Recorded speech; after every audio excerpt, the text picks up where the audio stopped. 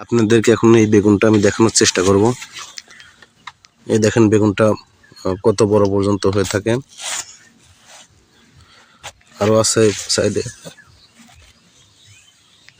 এবং এই সাইডে ছোট ছোট বেগুন। আপনাদেরকে বলছিলাম যে বেগুন এক গাছে 10 থেকে 12টি বেগুন হয়, তো এটাই হলো সেই বেগুনের গাছ।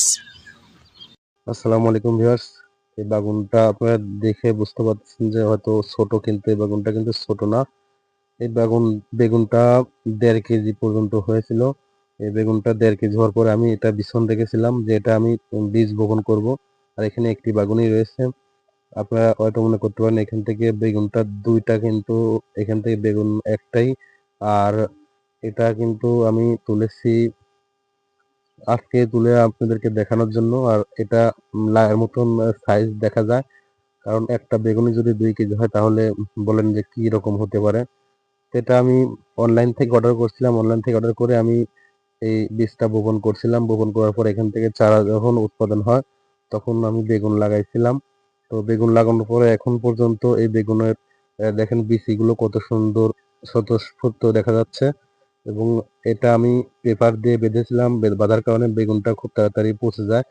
তো আপনারা অবশ্যই পেপার দিয়ে বাঁধবেন না, শুধু বিষ জাতীয় ওষুধ আপনারা স্প্রে করবেন। আর পেপার দিয়ে বাঁধার কোনো দরকার নেই। পেপার দিয়ে বাঁধলে কিন্তু বেগুনটা পচে যাবে, বেশি দিন কিন্তু রাখতে পারবেন না। তো আমি বেগুনটা এখন বীজ এখান থেকে আলাদা করব। আলাদা করে আমি বীজ বপন করব এবং দেখব যে এখান থেকে বীজ বপন করার পরে এখান থেকে চারা উৎপাদন হয় কিনা। চারা যদি উৎপাদন হয় আমি আবারও আশাবাদী সামনেবার আমি এই বেগুনের চাষই করব। তো আপনারা অবশ্যই কমেন্ট করতে ভুলবেন না যে এই বীজটা বপন আমি কিভাবে করব, এই বীজটা কিভাবে সংগ্রহ করব এবং কিভাবে এখান থেকে বীজ বপন করব। এটা আপনারা যাদের জানা আছে অবশ্যই কমেন্ট করে জানাবেন যে কিভাবে কি করব। তো আমার অতটা জানা নাই, কারণ এবারই প্রথম আমি এই বীজ থেকে আমি চারা রোপণ করতে যাচ্ছি, কারণ এটা হলো হাইব্রিড জাতের বেগুন। তো এই বেগুনটা অনেক বড় হয়। একটি গাছে 10 থেকে 12টি পর্যন্ত বেগুন হয়। আমি বেগুনের গাছটা আপনাদেরকে দেখানোর চেষ্টা করব ভিডিওতে, যে বেগুনের গাছ কেমন হয় এবং গাছে কতটা পর্যন্ত বেগুন আশা করা যায়। তো বেগুনের গাছটা আমি ভিডিওর ফার্স্টে আমি দিয়ে দেবো যে বেগুনের গাছটি কতটা স্লিম হয়, এবং ভিডিও ফার্স্টে দেখিয়ে দেবো যে বেগুনের গাছটা কতটা বেগুন ধরে একটা বেগুনের গাছে।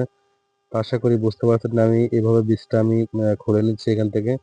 তো বীজটা খুলে আমি বীজটা রোদে দিয়ে শুকাবো, তারপরে চারা বীজ বপন করব। সবাই ভালো থাকবেন, সুস্থ থাকবেন।